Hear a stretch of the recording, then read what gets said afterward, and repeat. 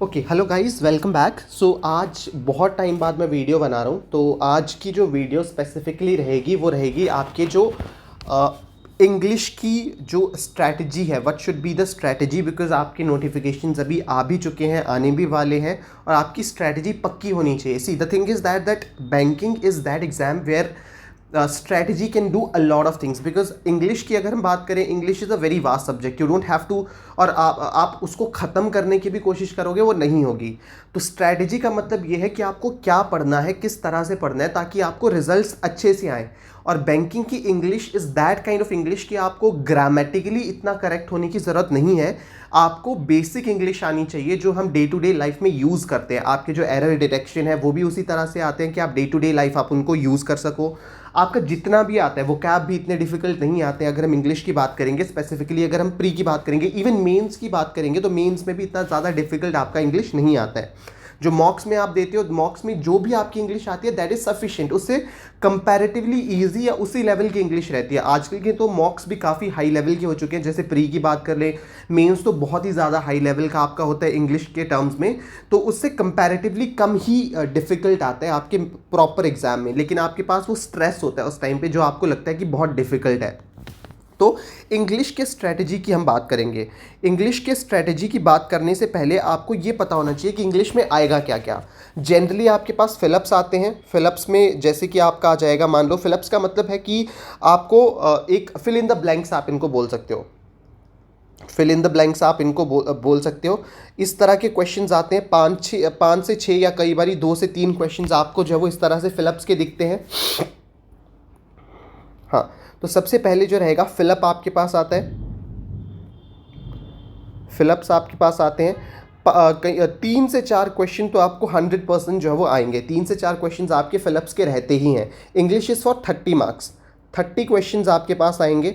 उसके बाद आपका आता है एरर डिटेक्शन। एरर डिटेक्शन 100% आते हैं। एरर डिटेक्शंस आपके पास आएंगे। कई बार एग्ज़ाम में जैसे 3 से 5 क्वेश्चन जो है वो एरर डिटेक्शन के आएंगे, कई बार 6 क्वेश्चन भी एरर डिटेक्शंस के आ जाते हैं। तो एरर डिटेक्शन आपके पास रहता है। उसके बाद आपके पास जो है वो पैराग्राफ रहता है। पैराग्राफ आप बोल सकते हो। पैराग्राफ में आपके पास जो है वो 7 से 8 क्वेश्चंस आपके पास रहते हैं। इसके अलावा आपके पास वो कैब से आप कर सकते हो। वो कैब से भी आपके 3 से 4 क्वेश्चंस आएंगे, चाहे वो आप पैराग्राफ में रीडिंग कॉम्प्रीहेंशन में आए, चाहे नॉर्मल आपसे पूछा जाए। इसके अलावा आपके पास स्पेलिंग्स से रिलेटेड आता है। स्पेलिंग्स आपके पास रहती हैं कि कौन सी रॉन्ग स्पेल्ड है, तो वो भी आपके पास जो है वो जनरली 2 से 3 क्वेश्चंस आप देख लेते हो। चाहे अब मैं दोनों की बात कर रहा हूँ, प्री की भी बात कर रहा हूँ, मेंस की भी बात करूँगा, तो दोनों में कुछ इस तरह से ही आपका जो है वो सिलेबस रहेगा। तो इस तरह के कुछ क्वेश्चंस आएंगे। और मैं जनरली आपको ये बोलना चाहूँगा कि ये क्वेश्चन सबसे ज़्यादा इजी हैं। जैसे स्पेलिंग्स की बात करेंगे, स्पेलिंग्स का क्या है, जब भी आप कुछ भी पढ़ते हो आपको कुछ लगता है कि एक डिफ़िकल्ट है, जैसे प्रिंसिपल की स्पेलिंग, प्रिंसिपल, एग्जाम्पल ये है, प्रिंसिपल ये भी हो सकता है, प्रिंसिपल ये भी हो सकता है। Now you have to remember कि कौन से प्रिंसिपल की बात की जा रही है, आपको अंडरस्टैंड करना है। हालांकि जो आपके स्पेलिंग से रिलेटेड क्वेश्चंस होते हैं वो इसी तरह के आएंगे, इसी तरह से जो कंफ्यूजिंग वर्ड्स होते हैं। इसके अलावा जैसे क्वाइट की स्पेलिंग होती है, वहाँ पे शायद आपको ये दिया होगा। अब आपको देखना है कौन सा क्वाइट जो है वो सही है, हालांकि दोनों ठीक लगते हैं। आपके पास लूज़ दिया होगा, ये लूज़ या ये लूज़, अब आपको देखना है कौन सा लूज़ यहाँ पे यूज़ होगा। इस तरह के क्वेश्चंस आपको जो है वो नज़र आते हैं। रीअरेंजमेंट के क्वेश्चंस आपको आते हैं। रीअरेंजमेंट आप देख सकते हो। रीअरेंजमेंट आपको सेंटेंस में भी आ सकता है और एक पैराग्राफ भी आ सकता है। तो 3 से 5 क्वेश्चंस आप रीअरेंजमेंट के देखते हो। तो ये इस तरह के क्वेश्चंस आते हैं। नाउ अब एक टॉपिक को लेके मैं चलूँगा। देखो, सबसे पहले जो आता है आपका पैराग्राफ या रीड द कॉम्प्रीहेंशन, जो कॉम्प्रीहेंशन से रिलेटेड आपके पास 7 से 8 क्वेश्चंस आते हैं वो। तो आपका जो पैराग्राफ है, सबसे पहले आपके पास जब भी आप खोलते हो पैराग्राफ ही आपको नज़र आता है। पैराग्राफ में 7 से 8 क्वेश्चंस आपके पास होते हैं और इसकी कोई ट्रिक नहीं है कि आप, पैराग्राफ का कोई ट्रिक नहीं है। इंग्लिश में ट्रिक जनरली नहीं है। पैराग्राफ में क्या आएगा, पैराग्राफ जनरली डिपेंड करता है आपकी रीडिंग के ऊपर। आपको ये याद रखना है, ये आपकी रीडिंग पे डिपेंड करता है और प्रैक्टिस पे डिपेंड करता है, 2 चीज़ें। ठीक है, रीडिंग और प्रैक्टिस पे ये डिपेंड करता है। नाउ इसको कैसे आप टैकल कर सकते हो, सबसे पहले एक तो आपको आर्टिकल पढ़ना है। आर्टिकल पढ़ना आपने देखा होगा, जो भी आपको बताते हैं कि आपकी स्ट्रैटेजी क्या होनी चाहिए इंग्लिश में स्पेसिफिकली, तो आपको हमेशा बोला जाता है कि आप एक पैराग्राफ, आप एक एडिटोरियल डेली पढ़ो, द हिंदू का पढ़ लो, कोई भी इंग्लिश न्यूज़पेपर जिसमें not very high, not very difficult, not very easy English लिखी हो, और Hindu is one of it. तो हिंदू से आप पढ़ सकते हो, कोई भी न्यूज़पेपर ले लो जहाँ पे जनरल इंग्लिश लिखी है, और उस आर्टिकल को पढ़ो। Try to understand that article. Article सिर्फ पढ़ना नहीं है, आर्टिकल को समझना है, और आर्टिकल समझने के बाद या फिर एडिटोरियल आप पढ़ सकते हो, वो समझने के बाद आपको एक अब्रिज्ड वर्जन उसका लिखना है। इट मीन्स आपको उसका विस्तार लिखना है। विस्तार क्या है, ठीक है। कंक्लूजन क्या है उसका, कंक्लूजन देखो, इट इज़ वेरी इंपॉर्टेंट। आपको ट्रिक वो लग रहा होगा कि बहुत ज़्यादा हैवी है, लेकिन it is very important. Paragraph पढ़ना और पैराग्राफ को समझना बहुत दो डिफरेंट चीज़ें हैं। आपको एडिटोरियल पढ़ना है, एडिटोरियल को समझना है, एंड ट्राई टू। अब ये जो आपको कंक्लूजन मैंने बोला, ये आपको लिखना नहीं है कि आप कहीं पे लिख के जो है 15-20 मिनट अपने गवाओ। आप दिमाग में एक बार सोच लो कि दिस वाज द आर्टिकल, ये मैंने पढ़ा। इससे आपको ये होगा कि हाँ, जो मैं पढ़ रहा हूँ मुझे समझ आ रही है, मुझे उसको समझने में हेल्प मिल रही है। तो ये पैराग्राफ आप यहाँ पे कर सकते हो। This is very important, very very important. अगर आप ये कर लेते हो, एडिटोरियल आप कर लेते हो, तो आपके इसमें से 5 से 6 क्वेश्चंस तो है हमेशा के लिए सॉर्ट हो जाएंगे। लेट्स से 8 क्वेश्चंस है, 8 में से 6 क्वेश्चंस आपके सॉर्ट हो जाएंगे, बिकॉज वो क्वेश्चन और आंसर के फॉर्म में ही होंगे। लेट्स से 5 क्वेश्चंस आपके सॉर्ट हो जाएंगे, ठीक है। 5 क्वेश्चन में क्या होगा, वो 5 क्वेश्चन आर्टिकल्स के, 5 क्वेश्चन पैराग्राफ के वो होते हैं जो पैराग्राफ से ही आपको ढूंढ के आंसर बनाने हैं, तो वो आपका सॉर्ट हो जाएगा।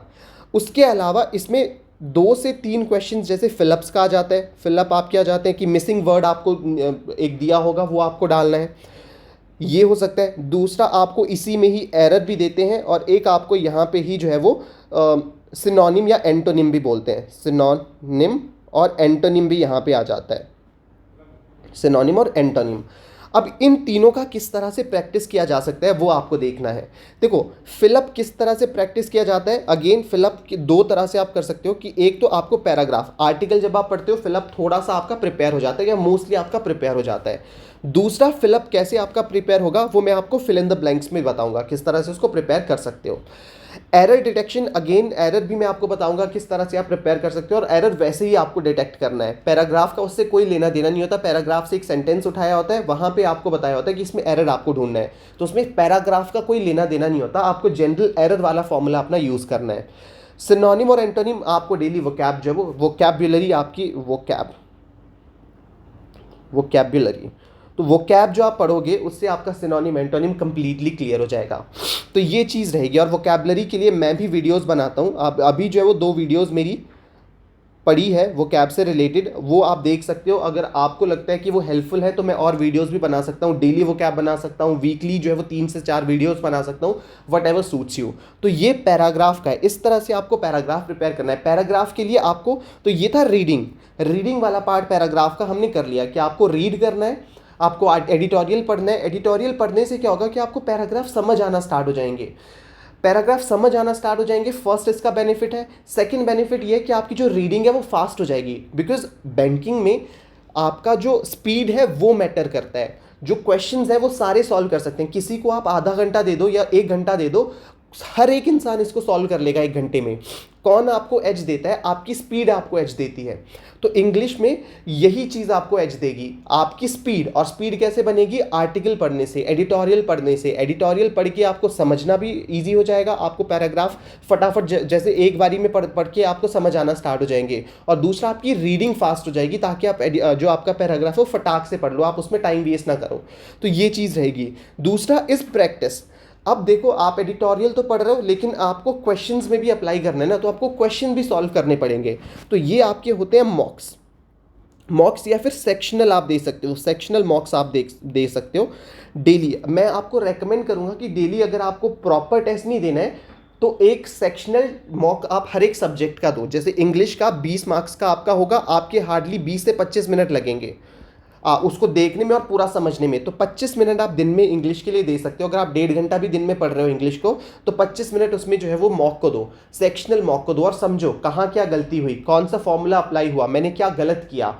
और पैराग्राफ आपने एक बार सॉल्व कर लिया, अगर आपके कुछ उसमें गलत होते हैं तो फिर से पैराग्राफ को पढ़ो कि मैंने कहाँ क्या पढ़ने में गलती की। ये प्रैक्टिस आपकी हेल्प करेगी। तो ये हमने यहाँ पे देख लिया, दिस वॉज द पैराग्राफ। अब सेकंड आता है हमारे पास वोकैबुलरी। सेकंड हम बात करेंगे वोकैब की। देखो वोकैब जनरली ऐसा नहीं है कि आपको डायरेक्ट ही आ जाता है। हाँ, बहुत केसेस में डायरेक्ट भी सिनोनिम्स एंटोनिम्स भी पूछते हैं, लेकिन बहुत केसेस में जैसे पीओ के एग्जाम में इसकी क्वांटिटी कम है कि आपकी डायरेक्ट वोकैब। लेकिन जैसे मैंने आपको बोला पैराग्राफ में आपकी वोकैबुलरी आती है। जब आप किसी स्पेलिंग की बात करते हो, जैसे आपने लूज और लूज की वो हमने स्पेलिंग देखी यहाँ पे, this all is a part of vocabulary. तो वोकैबुलरी आपकी स्ट्रांग होना बहुत ज़्यादा इंपॉर्टेंट है। पैराग्राफ में वोकैबुलरी हेल्प करेगी। आप पैराग्राफ कैसे समझ पाओगे? अगर आपको हर एक वर्ड का मतलब पता होगा। इसीलिए वोकैबुलरी में आपको डेली, आई रेकमेंड डेली आपको एक वीडियो तो देखनी है। एक वीडियो अगर आपको देखनी है, अगर आपको वीडियो नहीं देखनी है, आप 5 वर्ड्स जो वो डेली पढ़ो। सिंपल वर्ड्स भी करो। इसमें से देखो क्या करना है, 5 वर्ड्स में से आपको 3 वर्ड सिंपल रखने हैं। सिंपल आपको यहाँ पे रखने हैं, जैसे कि प्री कंसीव्ड नोशन क्या होता है, ऐसे नोशन क्या होता है, इस तरह से अलूफ का मतलब क्या होता है, दिस इज सिंपल, अलूफ हो गया। प्री कंसीव्ड हमारे पास क्या होता है, नोशन हमारे पास क्या होते हैं, पेनिटेंशियरी हमारे पास क्या होता है। इस तरह के आपको जो है वो याद रखने हैं। और आपको 2 जो है वो डिफिकल्ट वर्ड याद करने हैं। डिफिकल्ट वर्ड मतलब कि ईडियम आप बोल सकते हो, आपको ईडियम, बिकॉज ईडियम भी आते हैं। फ्रेजल वर्ब्स आपको यहाँ पे याद करनी है इस तरह से। और आपको 2 ही याद करने हैं अगर आपके पास टाइम है। जैसे मान लो अभी आपकी नोटिफिकेशन आ गई, आपके पास 2 महीने का टाइम है, तो आप इसमें 10 वर्ड्स भी दिन के कर सकते हो। और बहुत ईजी है, इट्स नॉट डिफिकल्ट। आप जो है वो देखोगे एक बारी, वो कहीं पे यूज होंगे, आपको समझ आ जाएगा। तो वोकैबुलरी करना इतना डिफिकल्ट नहीं है, आपको बस वर्ड्स एक बारी दिमाग में आनी चाहिए। तो ये वोकैबुलरी का फ़ायदा है। तो ये आप करोगे, ठीक है। इसमें मान लो अब आपने पैराग्राफ, मैंने आपको बोला पैराग्राफ में टाइमिंग भी मैं कर लेता हूँ। आपको दिन में ट्राई करना है कि आप 1.5 से 2 घंटे के बीच में इंग्लिश पढ़ो। 1.5 से 2 घंटा इंग्लिश पढ़ो। अगर टेस्ट नज़दीक है, अगर मान लो कि आप बहुत शुरू से स्टार्टिंग कर रहे हो, अभी नोटिफिकेशन भी नहीं आई और आप थोड़ा स्लोली लेना चाहते हो, तो आप 1 से 1.5 घंटा भी पढ़ सकते हो। इट्स नॉट दैट कि आपको उस रूल को ही फॉलो करना है। 1.5 से 2 घंटा, 1.5 से 2 घंटे में क्या करना है, एक एडिटोरियल आप पढ़ोगे। आप एडिटोरियल में देखो, शुरू में आपको 30 मिनट्स लगेंगे एडिटोरियल में, उसके बाद आप जो है वो शायद 20 मिनट्स में उसको पूरा ख़त्म कर लोगे, पूरा बना के, पूरा सोच के, पूरा जो आपके पास कंक्लूजन है बना के 20 मिनट में आप कंप्लीट कर लोगे। लेट्स से अभी 30 मिनट्स में आप ये कंप्लीट कर रहे हो, ठीक है। 30 मिनट्स में आपने नहीं, लेट्स से 20 मिनट्स में आप ये कंप्लीट कर रहे हो अपना एडिटोरियल, ठीक है। 20 मिनट्स के बाद आप जो है वो 25 मिनट का खुद को दे रहे हो कि मैं सेक्शनल मॉक दूंगा। सेक्शनल मॉक आपने दे दिया तो 25 मिनट आपके ये आ गए, ठीक है। वोकैबुलरी जो है वो डेली, अगर आप वीडियो देखते हो तो हार्डली 5 से 6 मिनट की वीडियो आएगी। ये वीडियो देखते हो, खुद से पढ़ते हो, तो मान लो 10 मिनट के आसपास आपको खुद बनने में लग जाएगा। तो 10 मिनट के आसपास आप ले लो। अब मैं सोच रहा हूँ कि मैं वो काउंट करूँगा जिसमें आपका फ़ायदा है। तो वीडियो को लेके लेते हैं 5 से 6 मिनट, लेट्स से 10 मिनट आप जो है वोकैबुलरी को दे रहे हो, ठीक है। तो आपका पहले था 20 मिनट्स, 25 मिनट्स, और अब आपने 10 मिनट्स यहाँ पे दे दिया। ये आपका वोकैब का था, ये आपका सेक्शनल मॉक का था, ठीक है। और ये आपका जो था एडिटोरियल का था, ठीक है। उसके बाद वोकैबुलरी के बाद थर्ड जो आपका स्ट्रैटेजी रहना चाहिए वो रहना चाहिए आपका ग्रामर पे। और अब देखो, ग्रामर में आपके फिलअप्स भी आते हैं, वो भी ग्रामर से रिलेटेड रहेंगे। ग्रामर में आपका एरर डिटेक्शन भी आता है, ठीक है। ये सारे ग्रामर का पार्ट है। देखो एरर डिटेक्शन का फ़ायदा क्या है, आपको करना क्या है, मैं इसमें भी रेकमेंड करूंगा, मेरी कोई भी वीडियो एरर डिटेक्शन से रिलेटेड अभी तो नहीं है, लेकिन बहुत सारे यूट्यूब्स हैं। अड्डा 24/7 ले लो, निमिषा बंसल मैम ले लो, जो भी आपके पास है, ऑलिव बोर्ड का खुद का चैनल है, टेक्स्ट बुक का खुद का चैनल है, उनमें हर एक चैनल में कम से कम 100 से 150 वीडियो पड़ी होंगी। डेली आप एक वीडियो देख लो, daily 1 video, of error detection. और ये 30 से 40 मिनट की वीडियो होती है और मैं रेकमेंड करूंगा कि आप उसको 2x की स्पीड में देखो। तो अगर वो आधे घंटे की वीडियो है, 15 मिनट में वो सुलट जाएगी। लेट्स से 20 मिनट्स में आप उसको सुलटा दोगे, 20 मिनट्स में आपका खल्लास हो जाएगा सारा। स्पीड में देखना है, आप बिल्कुल स्लो मत देखो। और रिकॉर्डेड लेक्चर्स देखो, recorded lectures. Live lecture avoid करो, क्योंकि लाइव लेक्चर में एक तो एक घंटे का लेक्चर बना दिया होता है, उसमें से कम 20 मिनट तो कुछ नहीं होता, बस गप्पे मारी जाती है कि कमेंट करो, आपके लाइक नहीं आ रहे, आपके शेयर नहीं आ रहे, ये नहीं आ रहा, वो नहीं आ रहा।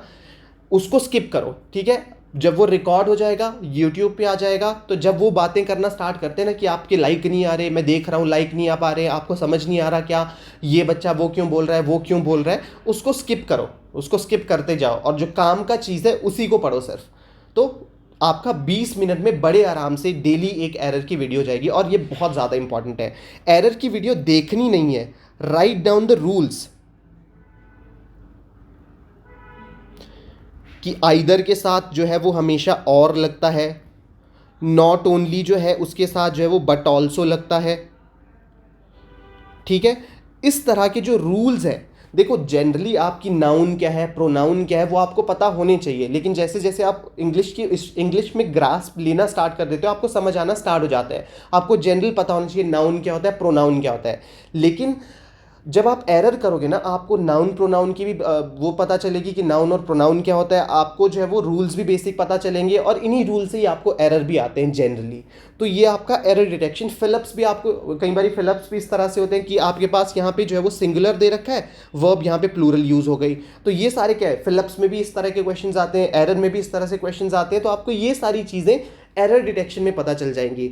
एरर डिटेक्शन जो है वो ग्रामर का बेसिक, एरर डिटेक्शन की वीडियोस बहुत ज़्यादा हेल्पफुल रहती है। जब मैं प्रिपेयर कर रहा था, मैंने जनरल नाउन प्रोनाउन क्या होता है ये सब पता किया, नॉर्मल मैंने पता कर लिया कि कैसे होगा, और एंड में मैंने कुछ नहीं किया इंग्लिश का, मैंने सिर्फ एरर डिटेक्शन किए।